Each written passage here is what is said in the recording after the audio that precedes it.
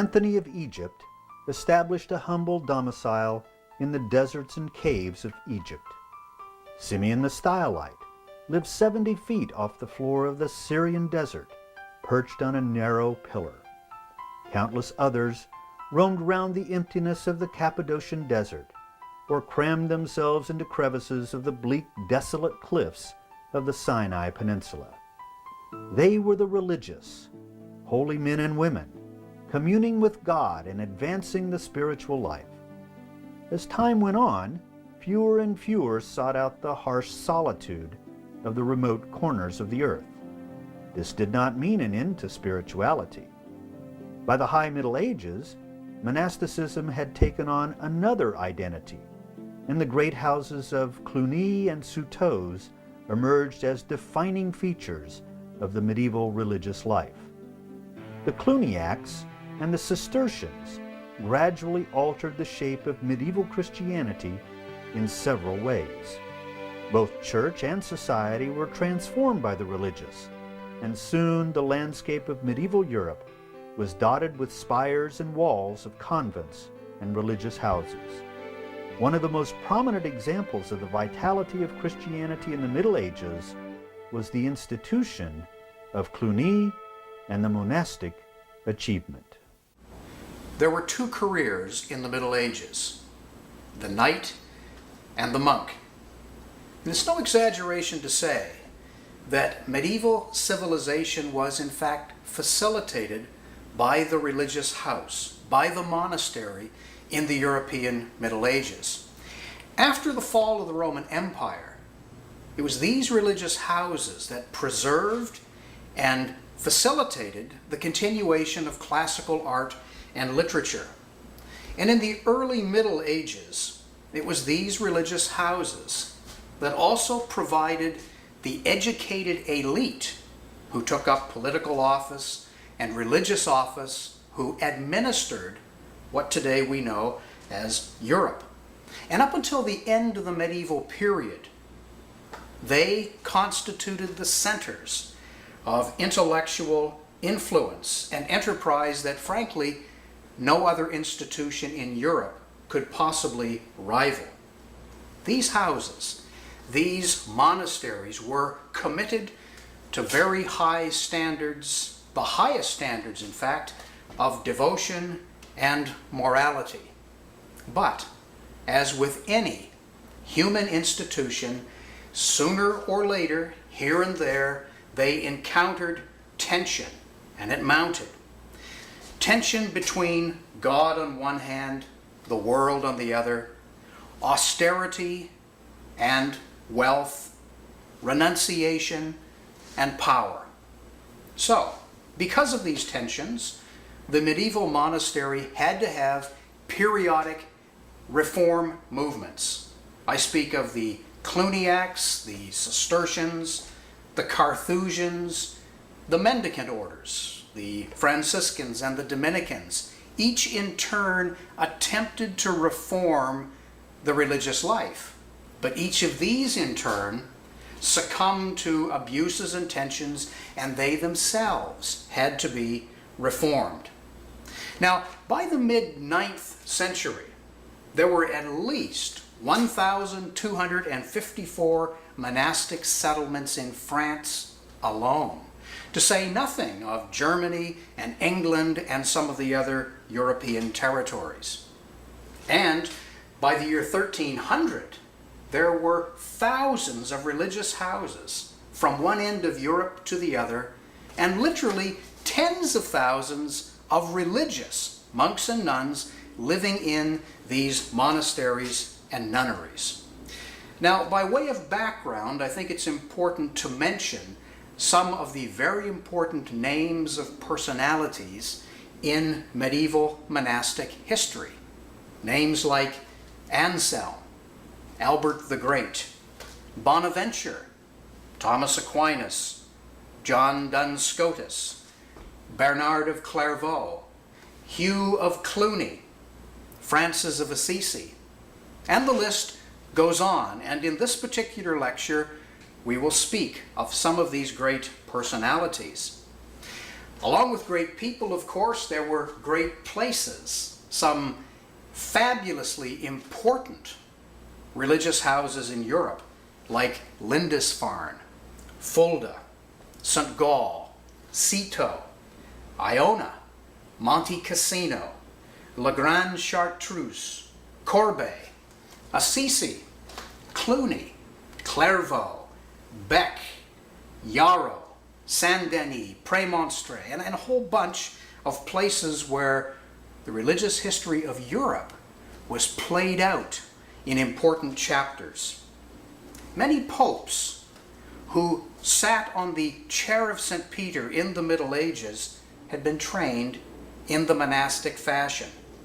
For example, Gregory VII and Victor III were both Benedictines. Urban II, Pascal II, and Adrian IV were Cluniacs, while Eugenius III had been a Cistercian. And these are just some of the popes that had a monastic background. But now I want to turn our attention specifically to one religious house, and that, of course, is Cluny.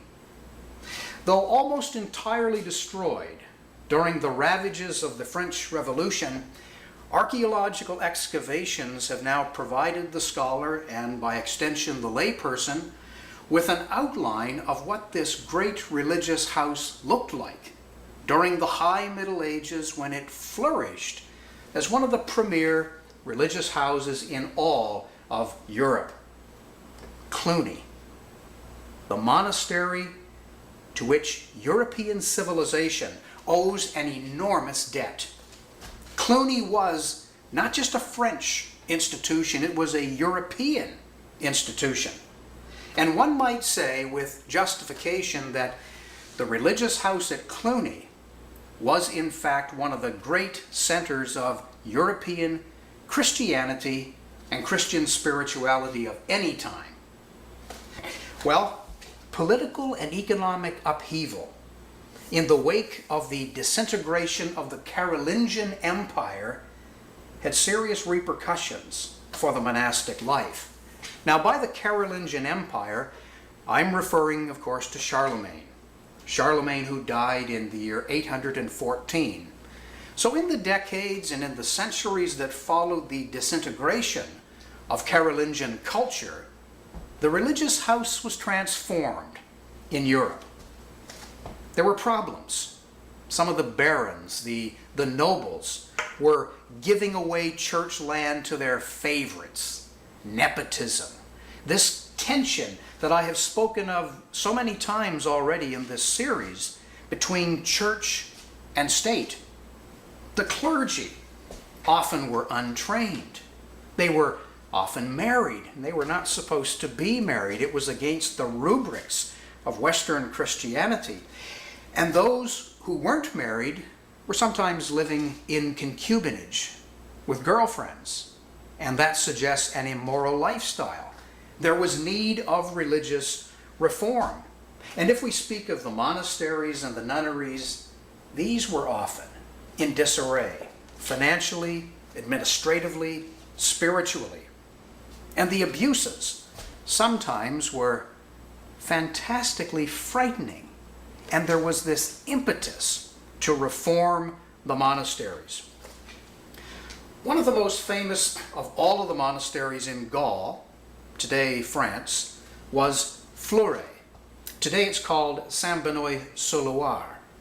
Now, its claim to fame was the fact that in Fleury they had the relics of Benedict, which had been rescued from Monte Cassino. This, of course, provided Fleury with a great deal of prestige, and people came there. But despite the presence of the relics of Benedict, there were problems, and these problems at Fleury were apparent. So, what to do? The abbot of Cluny, a man by the name of Odo, decided he would come to Fleury to enforce the rule of St. Benedict. Guess what happened? Odo arrives on the porch of Fleury, and he is met by a group of monks, armed monks. with clubs and spears and swords, prepared to see off this unwelcomed guest. They weren't interested in reform. Life was good. So Odo resorted to diplomacy, and he managed to talk his way in by calmly saying, "Look, I haven't come to interfere with the regular practice of religion, but I have come to correct the abuses of those who are not living according to the rule." And they let him in.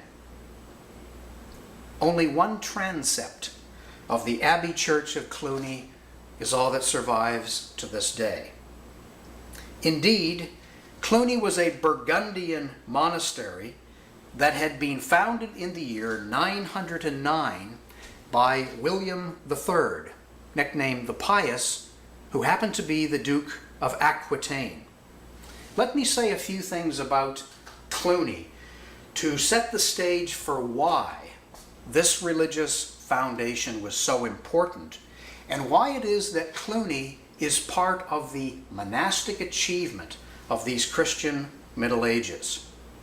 Most importantly, Cluny was under the direct control of Rome.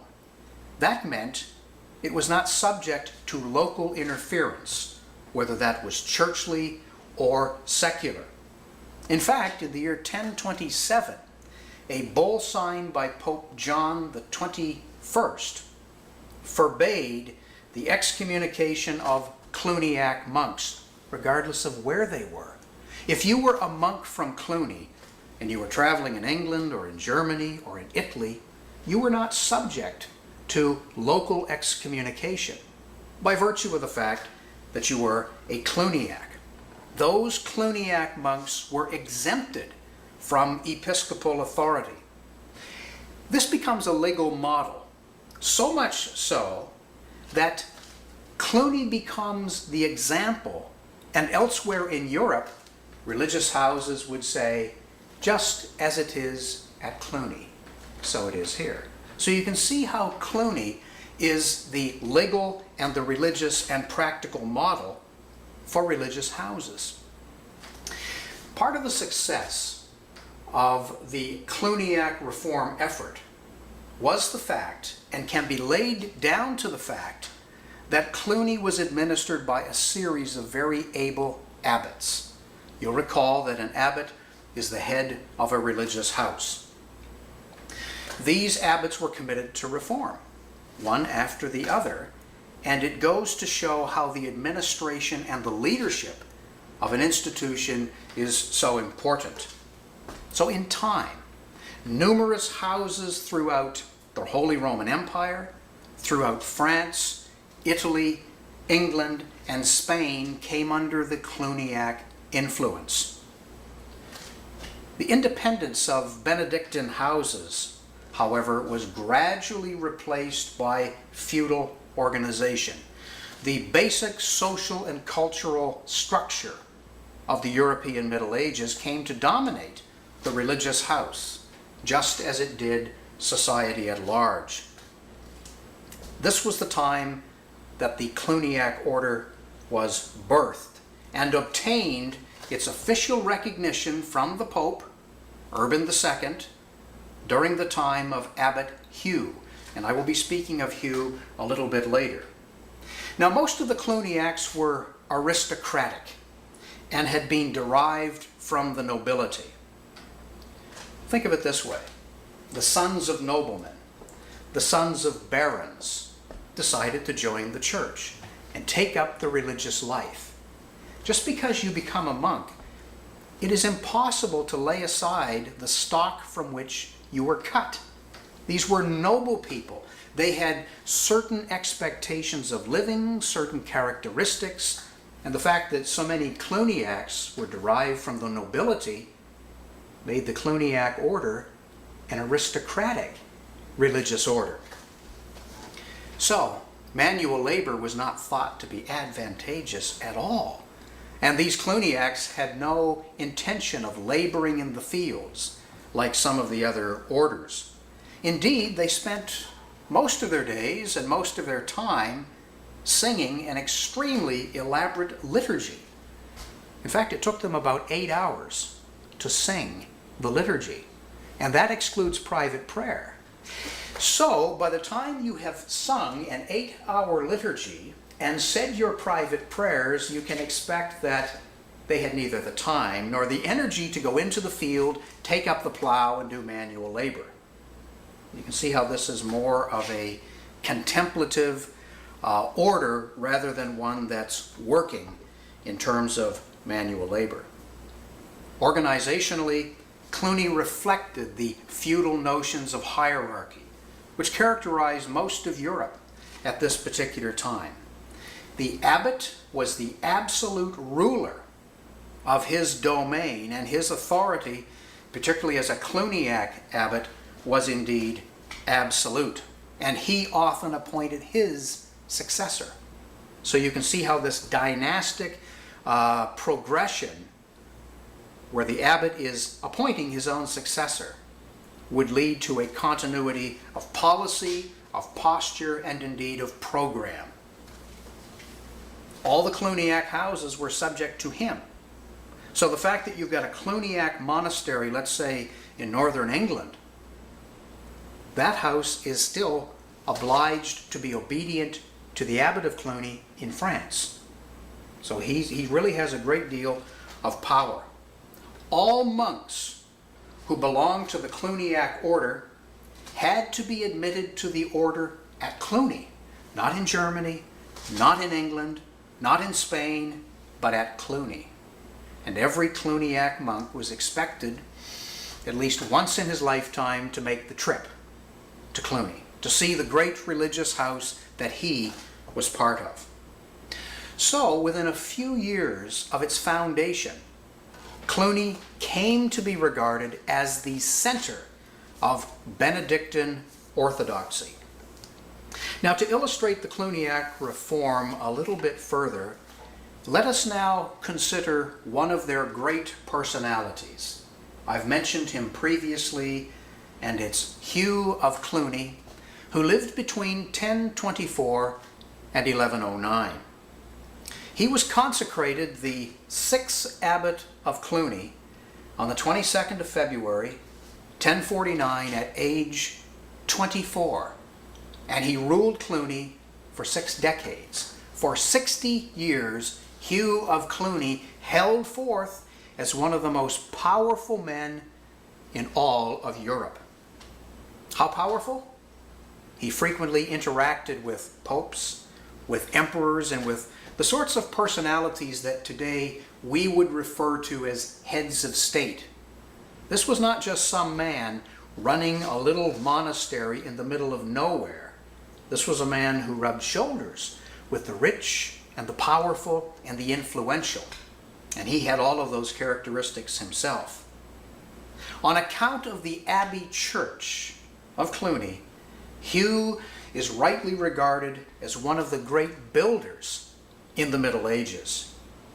Now, I want to say just briefly, without speaking to these points in detail, 4 reasons why the Cluniac order influenced Western Christendom to the extent that it did.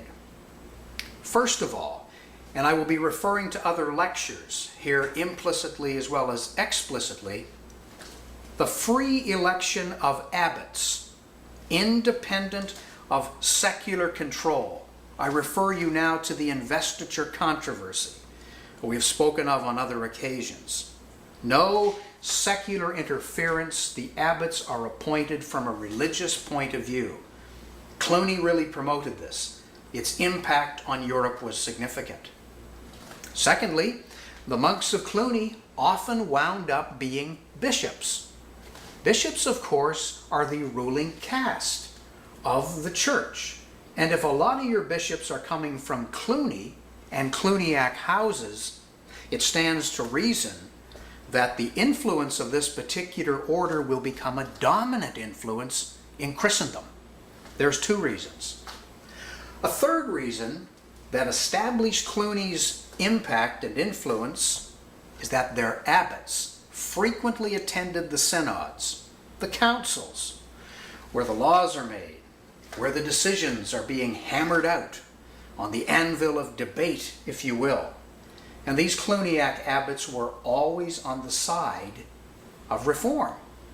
Once again, you can see how Cluny is going to be able to influence the church and by extension society at the highest level. And a fourth way that I would mention is that Cluny took a leading role in trying to put an end to private warfare, this feudal strife and battles and feuds, and in the promotion of peace. So here we see some social implications of a religious agenda. And I should point out that the Cluniacs, unlike some of their other monastic colleagues, attempted actively to integrate monasticism with society. Well, the order spread quickly. It proved popular. And by the early 12th century, more than 1,500 monasteries of the Cluniac order were established in Europe. The Cluniac reform movement embraced much of Western Europe in the 11th century. And by the end of that century, the sitting Pope, Urban II, whom you will recall was the man who preached the First Crusade at Clermont in 1095, he said, "Cluny is the light of the world." What a commendation coming from the head of the Western Church. That, I think, is a comment, a one-line comment on the influence of this particular order. And they survived. These Cluniacs did until 1790, when the French government, during the Revolution, suppressed them. Now, one of the issues facing monasteries in the High Middle Ages, and indeed facing the medieval church in general, was simony. I want to say something about simony. For a long time, simony had been denounced formally and officially and legally by the church. As far back as the Council of Chalcedon in 451, and then more recently at the Third Lateran Council in 1179, the church had formally condemned the practice of simony. Gregory VII, Pope in the 11th century, railed against it. And Thomas Aquinas, perhaps the most influential theological voice of these High Middle Ages, condemned it. The Cluniacs and their orders were staunchly opposed to simony and were indeed right on the front lines in the fight against the practice. Now, I have talked about simony before, but let's just say something about where that name comes from and what it means. It's derived from a man by the name of Simon Magus, whom we read about in the Acts of the Apostles in the New Testament. This Simon came to the apostles with his checkbook and said, "Wow, this is really cool, what you can do spiritually. I would like to buy the ability to have this spiritual power." And Peter, of course, told him to go jump in the lake, that you can't buy the power of God. But his name became linked to the attempts and the practice to obtain spiritual authority. Simon, simony, or pronounced simony. And it became a serious problem in the Middle Ages. Pope Gregory VII thought it so serious he referred to the heresy of simony. The irony here is that simony provided a main revenue for the church. So when the bishopric comes open, somebody lines up and says, "I'll give you 10,000 ducats to make me bishop." And the guy over here says, "I'll give you 15. And then it's like an auction. And then this guy over here says, "I can go to 17 and a half. And pretty soon the highest bidder becomes the bishop. And who gets the money? The church. So on one hand, the church is saying this is nonsense and bad and it's wrong. And on the other hand, it's allowing it to happen. Okay, the Cluniacs are trying to clean up the practice of simony. In the early 13th century, Innocent III, one of the most powerful of all medieval popes, declared that simony was a disease resistant to the cures of both soothing remedies and fire. What he's saying is that this practice has become so endemic that I don't know how to cut it out of the fabric of the church without tearing the garment to shreds.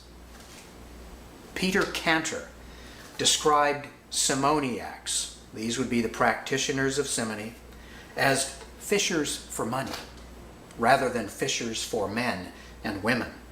And these fishermen, he wrote, have 3 hooks on their line. One hook is the confessor, the second hook is the lower clergy, and the third hook is the higher clergy, all of whom are charging great sums of money for their services. You see, it's trafficking in the business of God. It's profiteering on the gospel of Jesus Christ. It's antithetical to the spirit and the ethics of Jesus, but between the rhetoric and the reality is the gulf. Now, the bane of simony was also compounded by the exaction of fees for services, which I've just alluded to, or fines leveled against lay people. Let me give you an example which makes the point. Einhard, the priest of Zurst, told a man who made love to his wife during Lent that he had committed a terrible sin and therefore he had to be fined, and he was told he had to pay 18 deniers so that Einhard would say 18 masses for him. So the man paid up his fine of 18 deniers and went on his way. Another man in the same diocese was fined the same amount because he had not made love to his wife during Lent, and Einhard said, the whole point of marriage is to procreate, and you have passed up a perfectly good opportunity. I'm fining you 18 deniers, and I will say 18 masses so that your sin will be forgiven. So he paid up. As fate would have it, a day or two later, these 2 chaps met up at the local pub down the street in the village and were exchanging notes and discovered what had happened. Well, they were rightly incensed. They filed a complaint with the dean and with the chapter, the cathedral chapter, but Einhard appears to have gone unpunished, having made 36 deniers off of these 2 men who had done precisely the opposite. Now, the reforming orders, I have to say, tried hard, but I have to tell you, unsuccessfully, to clean up and to curb some of these practices. But if the monasteries were unsuccessful in curbing the practice of simony and financial abuses, they did encourage advances successfully in art. Romanesque art was born in the religious house, in the medieval monastery. Churches in this period often adhered to the so-called Benedictine plan. This was a church with a central apse, and you look here at this floor plan, and there's a central apse and a choir flanked by side aisles terminating in apses. There's further apses in each arm of the transepts and a tower over the crossing, often with 2 towers at the beginning of the aisled nave. And if you examine this floor plan very carefully, which is the floor plan of a Romanesque church, you will see pretty readily that it looks like a cross. And that was in fact deliberate, architecturally, that the church would resemble a cross. The 11th century monk Raoul Glauber noted that the church was putting on a white mantle of churches. The monasteries and the monastic churches were gaining ground everywhere. One of the important early centers of Romanesque sculpture was the abbey at Moissac, north of Toulouse in southern France.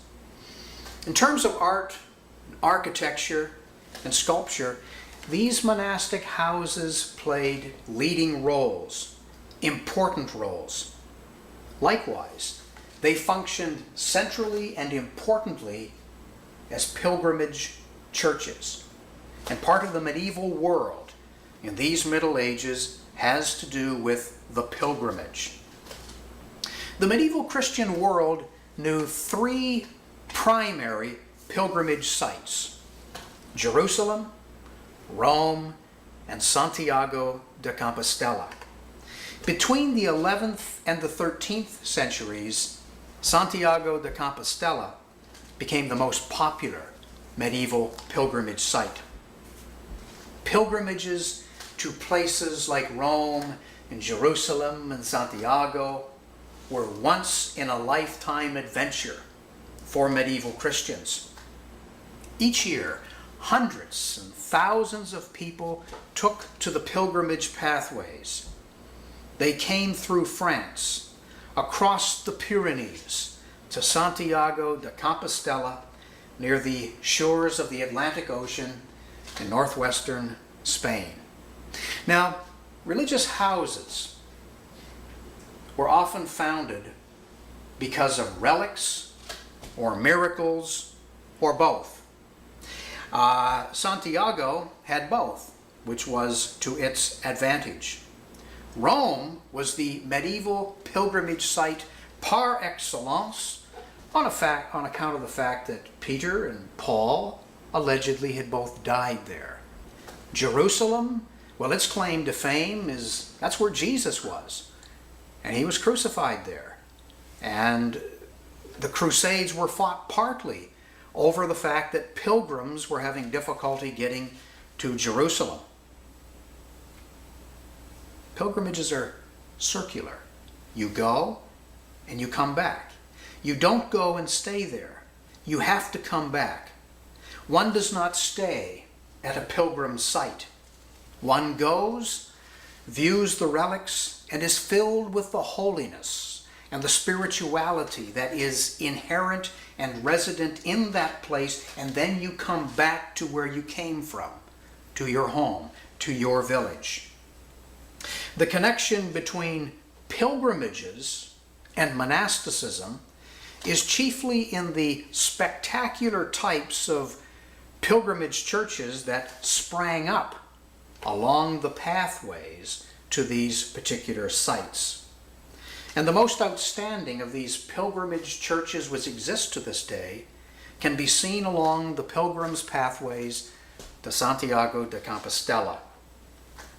Now, the claim to fame at Santiago is linked to the fact that the body of St. James the Apostle was allegedly discovered in northwestern Spain. And during the 11th century, it gained an international reputation, and it began to rival Rome and Jerusalem as one of the key places to go on pilgrimage.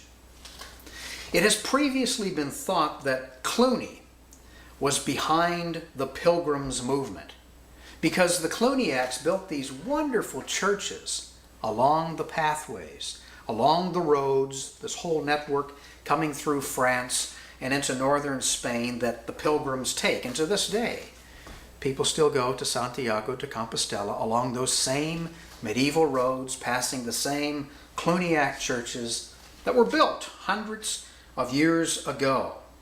And these networks of churches along the route provided food and shelter and hospitality, indeed a brief reprieve for the weary pilgrim who is going to have to walk hundreds of miles to get to Compostela and then hundreds of miles to get back home. Now, the pilgrimage was rewarding, certainly, but there were downsides. Crime persisted along the pilgrim paths. Outlaws and highwaymen and general hooligans lurked in the bushes and the forests, ready to pounce upon unsuspecting pilgrims far from home, out in the middle of nowhere, to seize their belongings, to beat them up, to murder them. Sometimes that happened. But the hazards of the road were counted as part of the pilgrim's progress, part of that progress of encountering tribulation and trial and overcoming and finally getting to the pilgrim's destination on the way to salvation. It's both a literal hazard and it's symbolic, like Bunyan's Pilgrim's Progress, of the spiritual difficulties one must encounter and defeat to finally arrive in the place of salvation. Well, so much for the pilgrims and the pilgrimages.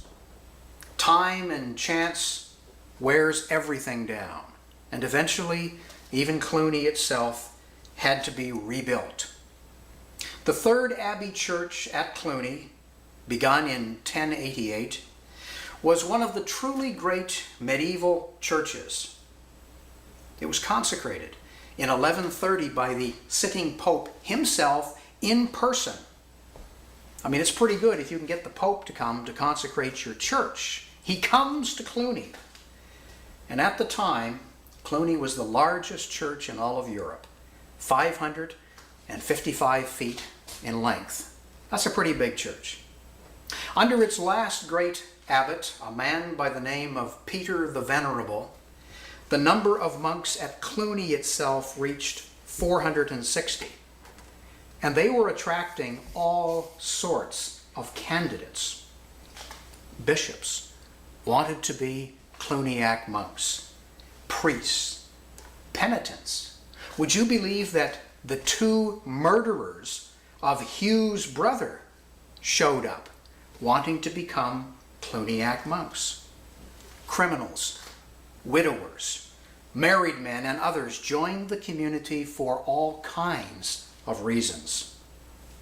But there were problems with this kind of riffraff taking over the central and dominant religious house in Europe, because Cluny was accepting practically everyone who wanted to be a monk.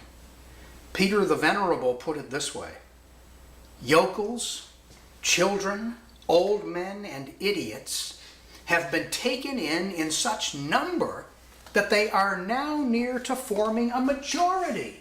I mean, you think about it. The Council of Idiots has met, and they decide that they want to change the house in one way or another.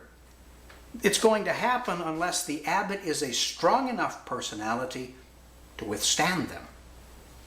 There's also another downturn, and it's a turn towards what today we might call nationalism. In the year 1100 or thereabouts, Cluny was truly an international religious house and community. 200 years later, by 1300, it was almost completely French. Now this will create problems in terms of the papal schism, a topic we will look at on another occasion. The Hôtel de Cluny in Paris, it's been a museum since 1833. You can go there when you visit Paris. Was formerly the townhouse of the Cluniac abbots. Monasteries also led the way into new eras in Western civilization and in terms of Western Christendom. And here I think it is necessary to say a few words about Abbot Suger and the beginning of the Gothic age at Saint-Denis. Abbot Suger, immortalized here in stained glass in the church of Saint-Denis. Suger died in 1151. He is one of the outstanding statesmen of his age and the High Middle Ages, though I would like to note he was the great sworn enemy of Peter Abelard and, by extension, Eloise. The Abbey of Saint-Denis, which today is within the environs of the city of Paris, was the burial place for French kings. So think about this. A monastery is the place where the French kings are buried. Well, that adds prestige on a significant level. It occupies, therefore, Saint-Denis does, a special position among the monasteries of the French lands. In the 1140s, Suger wrote a book about the consecration of the church of Saint-Denis, and it's an important document outlining the building and the rebuilding of this particular church. Scholars are wont to say that no single person influenced greater artistic changes in the 12th century than Abbot Suger of Saint-Denis. Suger himself wrote that the splendor of Saint-Denis was such that people might be led by the building itself to the true light, where Christ is the door. That it was just such a resplendent presentation of the Christian faith that if you came to Saint-Denis, you might just become converted. But, alas, as with all things human and temporal, time rubs away on the edges and things begin to wear down, and eventually the monasteries began to decline in significance. The social initiatives begin to pass from the religious house to the cities. Monastic schools are becoming replaced by universities. And this is during the time of the early rise. University of Paris, the Sorbonne, Oxford and Cambridge in England, Bologna in Italy, some of the oldest universities in Europe are becoming established during the 13th century and thereabouts in Europe. And the abbeys began to lose their almost exclusive patronage over the arts. And so, the importance of the religious house begins slowly to decline. The Romanesque age comes to an end and is replaced by the Gothic. And it might be fair to say that the rebuilding of Saint-Denis marks the end of an era, not just for Europe, but for medieval monasticism as well.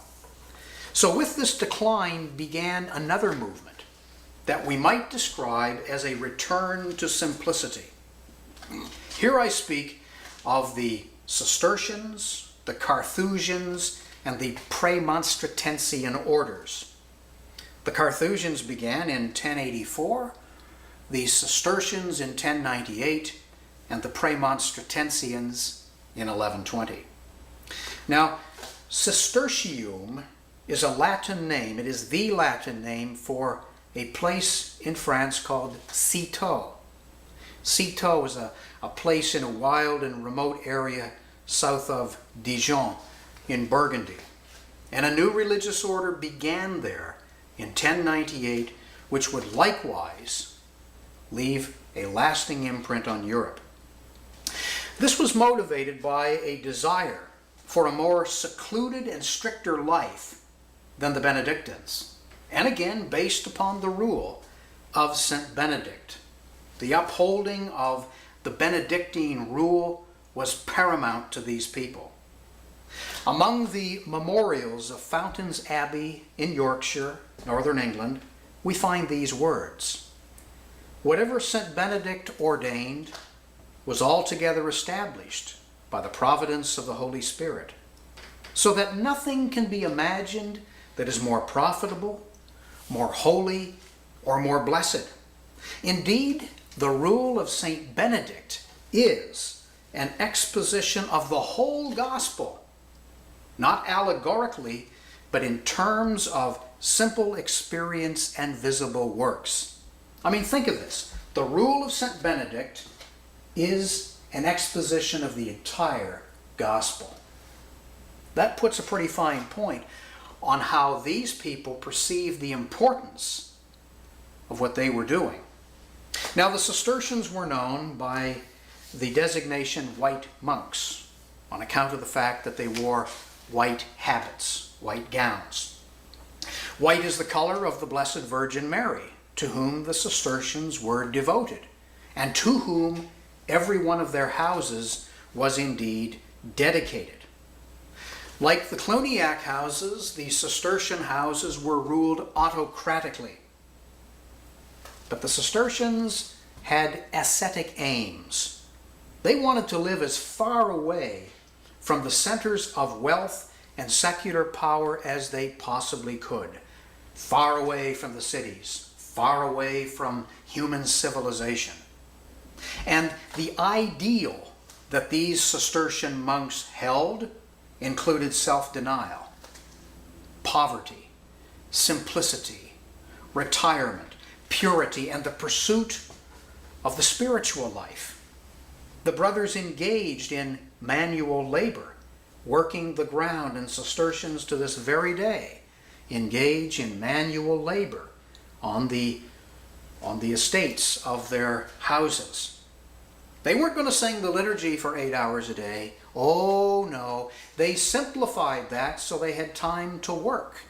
And they got rid of a lot of this extravagance that the Cluniacs had built up. They became pioneers of agricultural progress. They took unused lands, they felled forests, they drained the swamps, they experimented with crops, they built greenhouses for testing. And unlike their Cluniac colleagues, they prohibited painting and sculpture. There's no color in a Cistercian church. And elaborate vestments were also done away with. Austerity and simplicity came to predominate. Well, you might imagine how the Cluniacs felt about this. Their abbot Peter the Venerable called them the new race of Pharisees. But within 100 years of their foundation was 530 Cistercian houses, and a century later they were up to 742, and I mustn't fail to mention the Cistercian nuns. There were at least 900 nunneries of this order by this time in history. But alas, for all of their frugality, insistence on simplicity, their repudiation of wealth and power, they became rich. They became wealthy because they were so good at what they did. They got involved in the world of commerce, a world they had originally rejected. And now they too have become co-opted by the world. A commentary at this time in history written by Caesarius of Heisterbach noted that religion brought riches, and riches destroyed religion. You see that paradox. Religion brought riches, and then the riches destroyed the religion. Now, a lot of these houses got so much of their wealth and money and worldly belongings and goods from the bequests and the last wills and testaments of prominent people. By the 11th century, monasticism had become the ark of salvation for everyone, the gate to heaven, a refuge from the terrors of this world and the next. Let me read you a few words which I think are very suggestive of this connection between salvation, wealth, and the religious house. I fear the pains of hell, and I desire to come to the joys of paradise, and for the love of God and his glorious mother, and for the salvation of my soul and those of my parents, I give to God, Saint Mary, and all the saints my entire inheritance. These are the words of a Spanish countess. She wants to save her soul. She wants to come into the heavenly bliss of heaven. And how does she think she can do that? In part, by bequeathing all of her wealth and possessions to the church, to the monastery. And all of a sudden, they've got a great big account of money wired into their bank account. And what are they going to do with it? Particularly when this is happening all the time. To say nothing of the revenue from tithes. Some of the richest families in Europe were benefactors of the great religious houses. So I don't mean to suggest that some of these monks and nuns were greedy. It's just that people were giving them all of this land and money and wealth.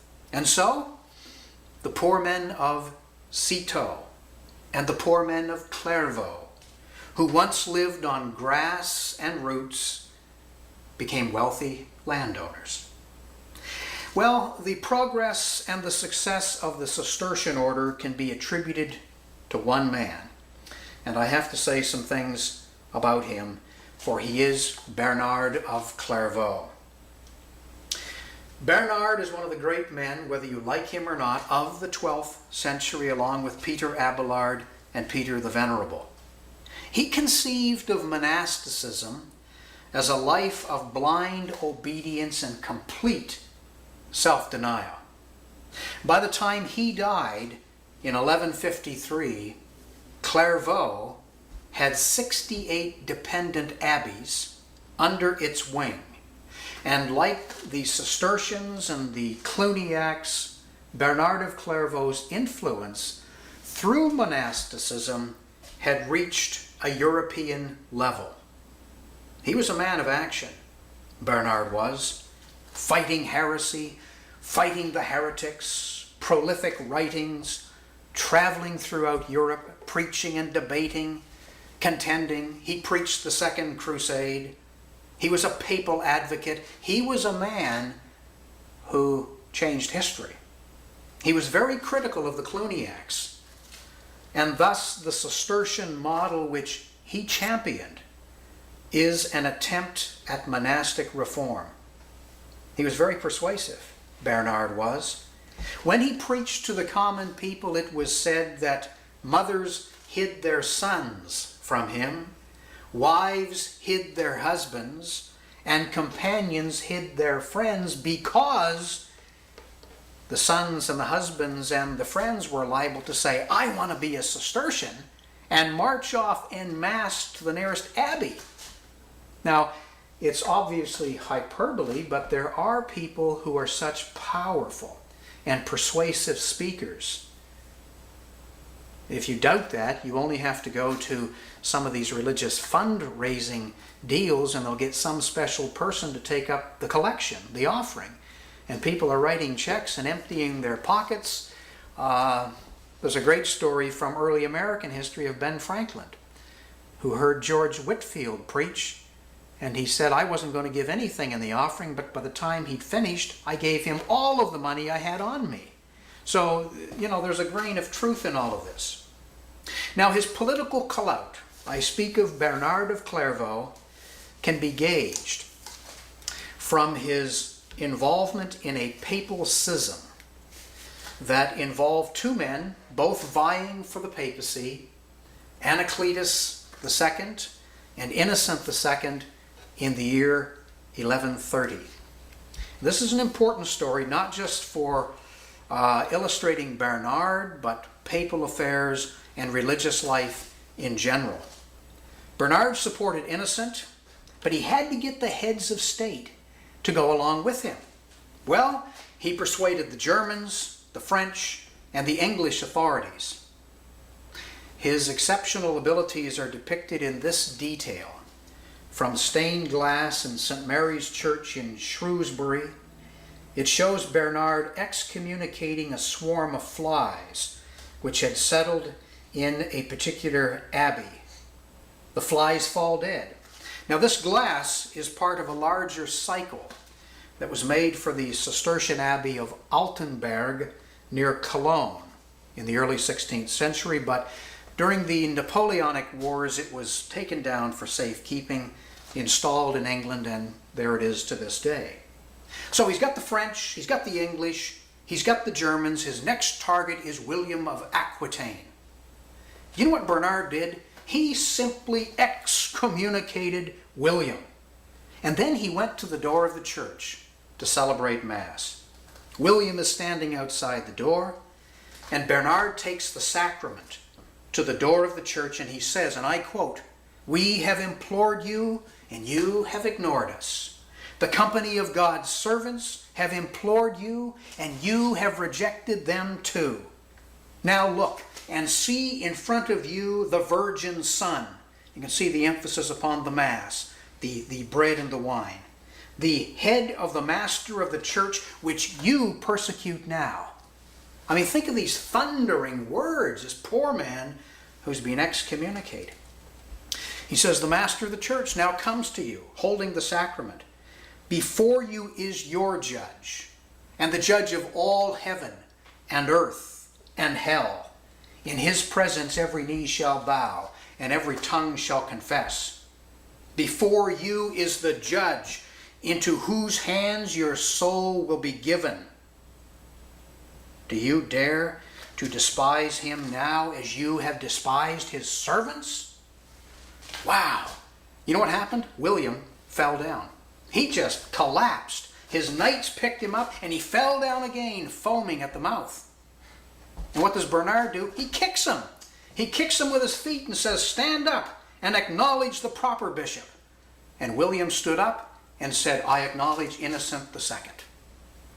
Next, Roger the Norman of Sicily. Well, Roger sent his lawyers, and they started arguing from canon law, and Bernard simply cut them off. And he said, "Now look, was there more than one ark during the time when Noah was delivered? The ark is the church. Now we've got two arks. In one is the King of France, the German Emperor, the King of England, the Duke of Aquitaine, and the worthy Pope Innocent. In the other, we have an unholy pope called Anacletus and Roger the Norman. Now, which do you think is the true ark?" And Roger decided he'd line up behind Bernard, and the papal schism is solved, and Bernard's got his guy installed. Now, beyond the conflict and the bellicosity of Bernard, the Cistercian order radiated three impulses: a return to primitive simplicity, a search for a system and rational organization, and ruthless and aggressive expansion. In fact, medieval monasticism was becoming so popular that by the time the Fourth Lateran Council sat in 1215, they forbade the establishment of any further and new religious orders. In the later Middle Ages, monks figured prominently among the ranks of the inquisitors, particularly Dominicans and Franciscans. And it's worth noting that the spread of the eremites, the hermits, in the 11th century was both rapid and wide. But as the Middle Ages wore on, again, discipline weakened. Decadence increased. The Black Death of the 14th century claimed 2/3 of the religious communities. A transformation would later ensue as a result of the Protestant Reformations, but that is getting ahead of our story. I want to say a couple of things about one final issue relating to medieval monasticism. One other place where the shadow of the medieval religious house falls thick and heavy is at the hour of death. A lot of people are interested in religion and in the church only at the time of hatching, matching, and dispatching. And dispatching is when you die, and they want the priest, then they want the church. I wish to say something about deathbed conversions. Anselm counseled the Countess Matilda to keep a nun's dress handy so that when she felt death approaching, she could put it on. Kings and princes, by the dozens, were often dressed in monastic habits and received the tonsure as they passed from this life into the great unknown. William the Conqueror, 1066 and all that, died in a priory with a bishop and an abbot standing nearby. Frederick II, Roger II of Sicily, and Roger III all died dressed in Cistercian habits. Kings were often buried in cloisters, not just at Saint-Denis in France, but in cloisters all over Europe. Hugh of Cluny wrote to King Philip of France to say that Cluny was the refuge for the penitent. The king, therefore, Hugh suggested, should resign his earthly kingdom now, while time remained, and take hold of the heavenly kingdom by ending his days as a monk. Suger did not tremble in the sight of the end because he had consummated his life before his death. He was not loath to die because he had enjoyed to live. He departed willingly because he knew that better things were in store for him after his passing. Medieval monastic life sought to instill that assurance to monks, nuns, and ordinary people, and to the church in general. It provided the context for the pursuit of God and spirituality. Peter Abelard died in 1142. His death is instructive for us here in conclusion. The year after he died, Peter the Venerable wrote a lengthy letter to Eloise in which he recounts the last days of Peter Abelard. And he says that Abelard lived quietly and patiently and in constant study. And when death came for him, he was found awake, truly awake, and was taken via the sacrament to the bosom of Abraham. The achievement of medieval monasticism was in providing the preparation for that journey.